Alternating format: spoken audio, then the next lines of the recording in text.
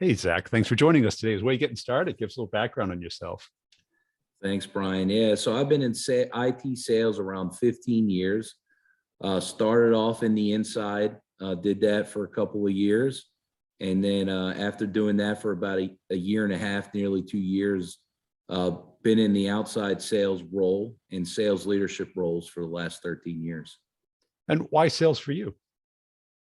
It's really something that, I had some family members and some friends do it as I was growing up, and I got to be around it as a younger one and kind of seeing what they did for a living. And I'm a competitive guy by nature. Used to play a lot of sports growing up, and I just love the aspect of really running your own franchise, trying to go out and work with folks, and no day was ever the same day. It seemed like every day brought something different, and that was appealing to me. Cool. The variety and kind of control over your income and winning. Absolutely. Was it the joy of winning or the hatred of losing that drove you? Combination. Yeah, I always jokingly say I hate to lose more than I love to win, but winning always feels pretty good. So, sure does, doesn't you it? know, it does. Unfortunately, in sales, you get a lot more no's than you do yeses, but there's nothing that beats the thrill of winning a hard worked and long, arduous process. Now, you've sold some pretty complex stuff, pretty high tech, big deals. Yeah, combination. So, I've really been in the IT infrastructure space. The 15 years I've been in sales, I've sold everything from networking, cybersecurity, storage, virtualization, you name it. Essentially, the deals range in size, but the average deal size is typically six figures that I've had throughout my sales career of, being in that, mid six-figure range for deal sizes. And what are some of the most important lessons you've learned along the way? Because you're probably the first year wasn't. So a lot of lessons, right? Number one, don't be afraid to fail. You learn every day. I've been doing this for 15 years, and every day I learn something new. The second thing is you can learn from anybody. So always be a sponge, no matter who the person is, how long they've been doing it. People bring some fresh perspective to sales and think about things differently than the way you do. And then the third thing is, it's very easy in sales to get the highs and the lows because it can be a roller coaster. But as much as you can stay even keeled as much as possible, every month is different, every quarter is different. But if you can just keep that even, steady flow, then, traditionally, when you look back at the end of a year, the end of 6 months, however you look back, whatever that time frame is, you're typically happy with the results if you can just try to stay as even keeled as possible. But how do you do that when you hate to lose and you love to win? I Because think it's hard, right? Sure. Yeah, it's a great question. I think the way that I've always done it, and since I've moved in leadership roles, what I always try to focus on is not necessarily the end result, but the activity. So if you're consistent in the activity, if you have a consistent routine of doing the things that have worked for you and proven on the areas where you've had those failures, you'll be happy with the scoreboard at the end of the day when you look back. But it's really not measuring each day and each month, but just trying to stay even keeled and do the same activities over and over and over again. And have you tried to stay away from the quarterly roller coaster? Because, what I always noticed was, the last quarter of the month, everyone's working 60, 80 hours. First Sure. month of the quarter, it's QBRs and vacations and having babies and, going to club and everything. And then all of a sudden, the middle month, everyone has to get back to work. Mm-hmm. Yeah, so I kind of have always looked at things annually. I feel like quarter is more of a milestone, right? we're all in sales. Anyone that's in sales, we all know that the business looks at things quarter by quarter, year by year. The quarters are more of those, for lack of a better term, soft goals, whereas the annual is more of that firm goal. So I've always tried to look at things more big picture year by year than quarter by quarter. But it's important every quarter, whether you do it at the beginning, the end of the previous quarter, you're really looking at the goals you want to accomplish every 30 days, 60, 90. So, for me, I've never really measured success monthly or quarterly. I've always kind of looked at, hey, at the beginning of a year, where do I want to be at the end of a year? And then, go through that. It's like managing a budget, right? If you spend more money one month in a budget, then the next month you got to get a little bit tighter. So I've always kind of tried to look at it as a year or annually as a whole, but then measuring that success each month. Where do I need to improve the following month? What didn't I do? And make sure that I keep that balanced effort to get me to the end result. And what do you consider like your superpower? What do you do better than most reps you see, or better than your competitors? I think it's my two. I feel like my two best assets is, I'm not Einstein, right? I'm not the smartest guy you'll ever meet, but I really try to make sure that I outwork anybody. No one outworks me, right? In sports, you often hear the term about the first guy in and the last guy out. I try to always do that consistently. And then the second thing is really focusing on relationships and follow through. So if I give someone my word, if I promise or commit to doing something, even if, you wake up the next day and you're tired and you're stressed out, if it's the last thing in the world you feel like doing, you make sure you honor the commitment you do. I think sometimes in sales, a lot of folks, tell their partners or their customers or their prospects that they're going to do something, and then there's no follow through. Follow through is everything. So, I try to make sure that anything I commit to doing, I honor that commitment and follow through. So to me, it's no silver bullet special answer, but those are really the two things I've always tried to focus on in sales. Well, in the large sale, the grinder, the person that works the most hours, is really the best rep. How do you utilize that time to get the big deals? Yeah. So, sales, I always feel like it's a combination of, you've got some tiny deals that are the keep the lights on deals, right? And then you have the larger deals that take time to develop. So, really you got to measure, okay, you might set out to a deal to say this deal is going to take 6 to 9 months. It's a sizable deal, but you have to look at it. I typically measure things bi-weekly. Hey, have I done necessary steps to move that deal further along than I did 2 weeks prior? Is there any uncertainty or doubt from the customer I haven't addressed? Is there, things that were committed that haven't been delivered? Or it could be things like, hey, what are some of the potential barriers or objections those customers could run into? Am I making sure that I'm getting ahead of those? But I always looked at it from a bi-weekly perspective of, am I further along the path than I was 2 weeks ago? And do you map out that path? Because a lot of people just react to what the customer says or wants. Sure. No, yeah, I keep a lot of, me personally, I use a lot of Excel, sometimes PowerPoint, not that I share out with anyone, but I keep for my own internal records to try to track and measure. So it's always important, if you have a goal or if you have a cadence, that you write it down somewhere that you can refer back to. Well, that's it, because a lot of people say it's either win or learn. I say it's usually win or remember. That's so true.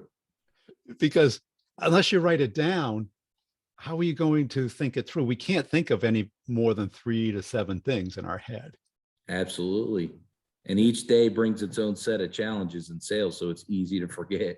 Yeah. And I got to believe if you're doing 6, 7-figure deals, there's a lot of things to remember. Absolutely, absolutely. I remember I heard a long time ago, a wise man learns from others' mistakes and a foolish one learns from his own. Unfortunately, we're all imperfect. So I've always kind of lived by the mantra of a wise person learns from theirs and others' mistakes, whereas a foolish one only tries to learn from their own. So, going back to that example when we talked about early on of being a sponge, if you've seen somebody else do something that worked out for them or didn't work out for them, how do you learn from that and try to avoid it? I don't want to have to put my hand on the stove to get burned to know it's going to hurt me, right? If I see someone else stick their hand on the stove and they get burnt, how do I learn from that? And I think that's critical because you're always going to make mistakes, but how can you learn from others' mistakes as well? Well, that's it, because we get a lot more of them than our own. Absolutely. How long did it take you to get that revelation? Was that something you got early in your career? I'd say, you always get better over time, but, it takes when you're young, sometimes you think you know everything. Really? Um, Never heard that. right. So I think, it takes a couple of years to see, but, I've been fortunate enough through the years to have some people I've worked with and for that you respect and you ask and you learn from. And, you ask them, hey, what are some of the mistakes you made? So I couldn't give you a specific day and time of when it clicked in, but it clicked in relatively early. But there's definitely some times early on you had to bang your head against the wall before you say, this isn't a lot of fun. There's got to be a better way to be doing this. Well, especially on big deals, because if you invest 6, 9 months into a deal and it goes to a competitor Hmm. and you find out that, the day it was supposed to close or the week before it was supposed to close, that lesson sticks with you Absolutely. because Yeah, you touched the stove. yeah, you're always probably going to learn more from the failures than the successes, but you don't set out to say, hey, I'm either going to win or learn. You really say, if I can avoid the failure, let me do that as much as possible. But everybody makes mistakes. So anybody that's been doing sales a short time or a long time, you're going to have made some mistakes and learn on your own for sure. Yeah, because I always say it's a prevention profession, because once the mistake has been made, it's really hard to repair it. Absolutely. Yeah. And now that you're in leadership, I'm sure you have a unique vantage point where you Mhm. see the potential of mistakes. How do you coach reps without telling them? How do you kind of, because if you tell them, they'll do what you say, but then you own the outcome. Sure. If you talk it It, through and they choose the action, they own the outcome. I think there's no great silver bullet answer to that, right? Everyone's different. What I've tried to focus on is, first of all, in leadership, I've never taken the vantage point that I feel like anybody works for me. Everybody works with me. So I try to make sure, especially with some of the younger, inexperienced reps, that I'm here to help. Um, I believe that if you have to micromanage people, that's a problem, right? So you never try to micromanage, but you try to give guidance and feedback and share things that worked for you in similar situations. And sometimes, some individuals are more likely to take that coaching than others. And sometimes, unfortunately, some of those, harder to coach individuals have to make the mistake. And then, instead of beating them up when they do make the mistake, you say, hey, what could you have learned from that? So you try to make it about what do you think you learned from that, and then give some guidance. So, I'm always trying to help work with the reps to help them avoid those mistakes. And, you do that through coaching and training and talking about things that you've seen work for others. I always try to encourage reps to reach out to other senior reps in the organization that have been doing it a long time and get a lot of different perspectives. Just don't take my perspective, take 5 other people's perspective and make it your own. But when they make those mistakes, you don't really want to beat them up and shake their confidence, but you do want to say, hey, look, we messed up. Let's own the mistake. What do you think you could have done differently? And then try to help coach them to, the area of a, maybe a different way to do it based off what you've seen. Because the large enterprise sale is nothing but a series of traps. Absolutely. How do you, like when you're looking through someone's forecast, how do you kind of, because I'm sure you smell it, where they love us, no one else can do what we do, this is a top priority for them, but yet they're not taking the action that they would normally do at this stage? I think it's typically through a series of questions. And you start to see a pattern of when you ask someone a question, if someone knows that opportunity or that deal or that customer inside and out, typically they have a better handle. But when you start asking questions and they answer with answers such as, well, so-and-so said, I heard, when they start talking in those terminology and you're asking very specific questions and you're getting generic answers, that typically tells you, okay, we've got some work to go on this opportunity and we don't have as good of a handle on this as we think we do. So it's really through a series of direct questions. And when you start to get indirect or generic answers, instead of someone telling you, that's a good question, I don't know, they're guessing. And anytime you're guessing, you're opening the door up for someone else. And what do you see reps typically, doesn't have to be your reps, but reps you've talked to, competitors, doing wrong in the large complex sale? It's a great question. So sometimes there in sales, it's a fine line. I've always been of the mindset, and from successful folks I've learned from, is if you focus on the relationship and the customer and not necessarily the deal, it always pays itself 50, 100 times over. On the flip side of that, when you're deal focused, sometimes you get short-term wins and then you lose in the long run.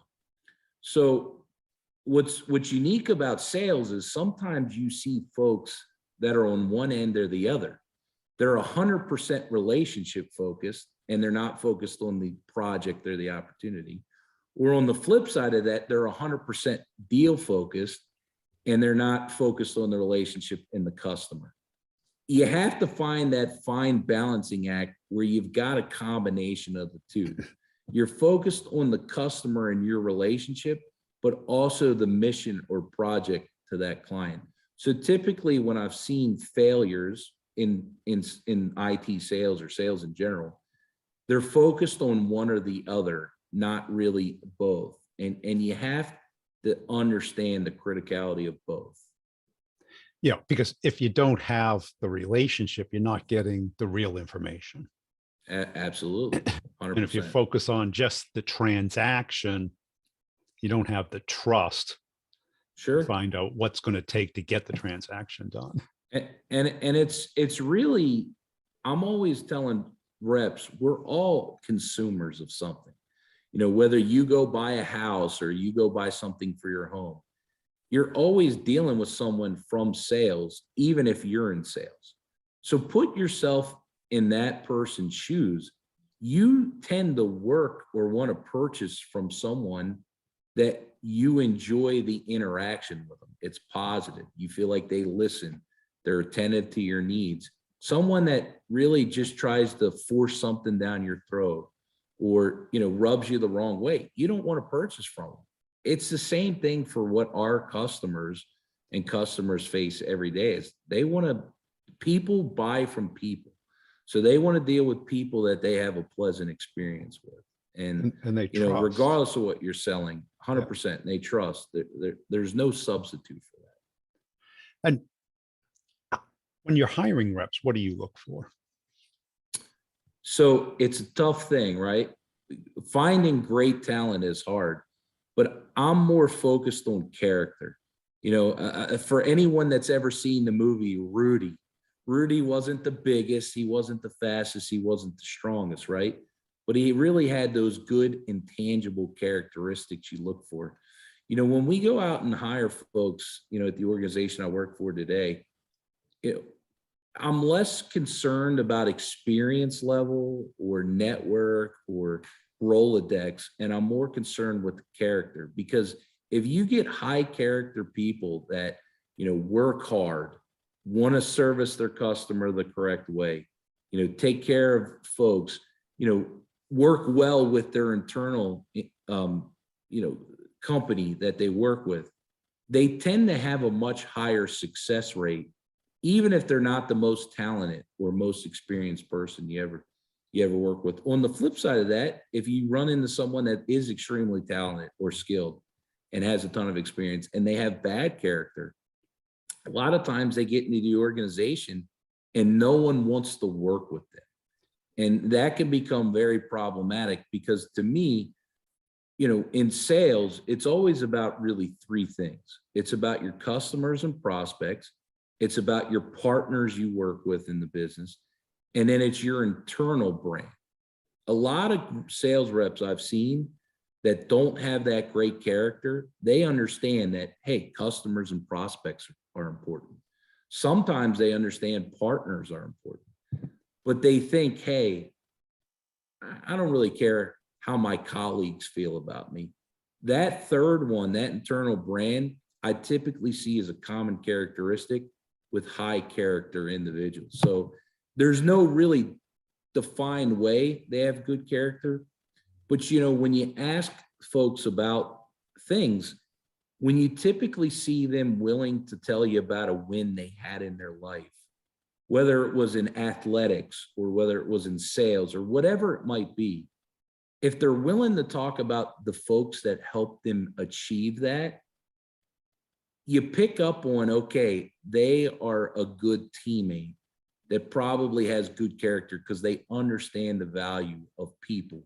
When you hear someone talk about things like I, me, I did this, I did that, that's when it starts to become, okay, it's a big red flag, right? So really looking for people that have that high character, that talk about how they accomplished goals with others helping contribute is definitely a big sign that we look for as we go through the interview process. And when you're talking to reps, how do you tell if a deal's going to close or not? What are the key things that they may not see that you see? Yeah, so I know it's going to sound very similar, but it goes back to what we talked about a little earlier, is how well do they have a handle on the deal with the questions? Because when you start throwing terms like I was told or I think, and you see the confidence level in the answers, okay, they're not sure of this. You know, there's no magic way to look through Salesforce and say, hey, I'm looking in my CRM tool and I don't see this note or that note, that deal's not happening. But when you start to really get into the business and ask, hey, you know, tell me about this customer, tell me about that account, you start to kind of see, okay, they're not highly confident in this deal. That means we have work to do to get this across the goal line. How about like the single threadedness? They go steady with one person, their champion. Totally. If you're only talking to one person, you're doing yourself a disservice in any account or any opportunity. So, yeah, again, going back to so-and-so told me. So, you know, hey, Brian told me.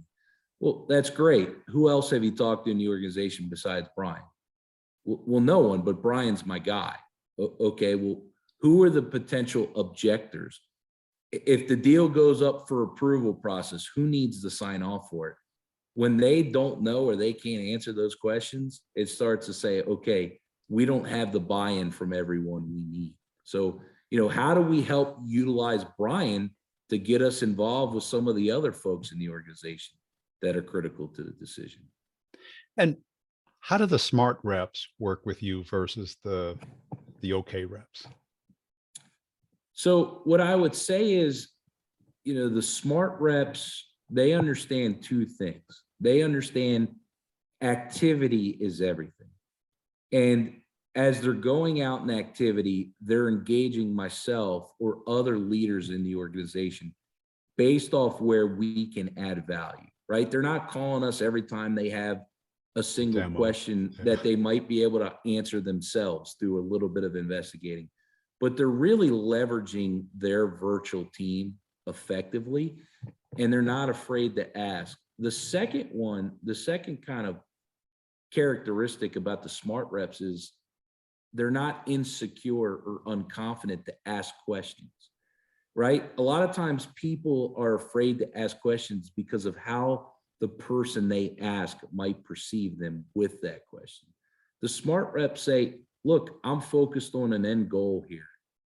You have an answer that can help me get to that end goal. And they're not afraid to ask, and they're not afraid to tell you where they need help and when they don't need help. Some of the others, you use the word less smart reps, right? So I'll use that term.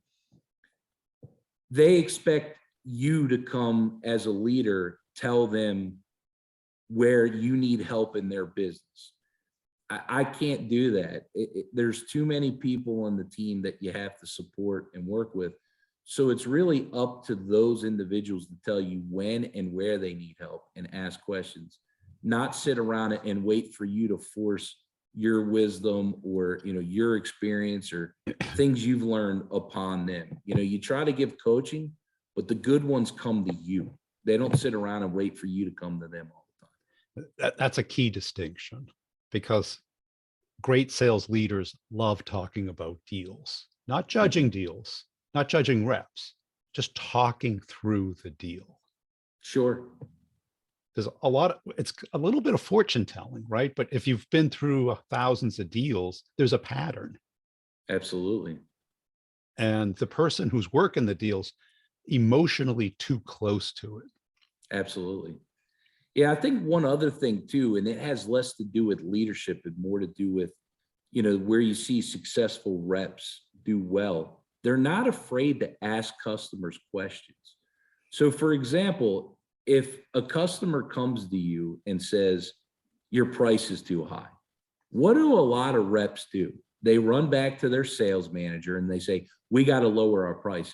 They don't even know why the customer's saying that, what the target we're trying to hit. They react, and you mentioned this earlier, they react to what's been brought to them. If a customer says your price is too high, yes, you can look at it and say, well, maybe I didn't explain the value of what we have to bring enough. But realistically, the first question to ask is right in front of you. Okay, Mr. Customer, you're saying my price is too high. How much higher am I than your budget or your needs or what have you? If they give you a realistic answer, the second question is, if we were to hit that number, are you going to move forward with what we're presenting before I ever take that back to my leadership?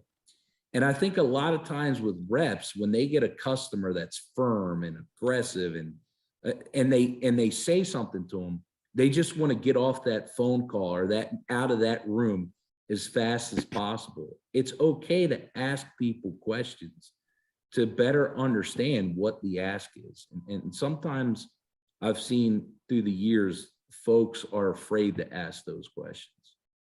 And it's so important because that's the time to get something. And like the pricing, you hear all kinds of people through the sale asking for discount all the way to the very end. How much of that is real versus just wanting something? Absolutely. I've never gone to buy anything in my life, a car, a home, and said, that price seems too low. Oh. I want to give you more money. Why is it so right? low? So unfortunately or fortunately, that's how sales is. And it's okay to view people as people and ask them questions when they give you statements of they need something. Ask them to better understand before you even run back to your internal leadership and ask for anything. Cool. Hey, Zach, I really appreciate your time today. Where can people go to connect and follow you? Yeah, so I'm on LinkedIn. My name's Zachary Bertamini.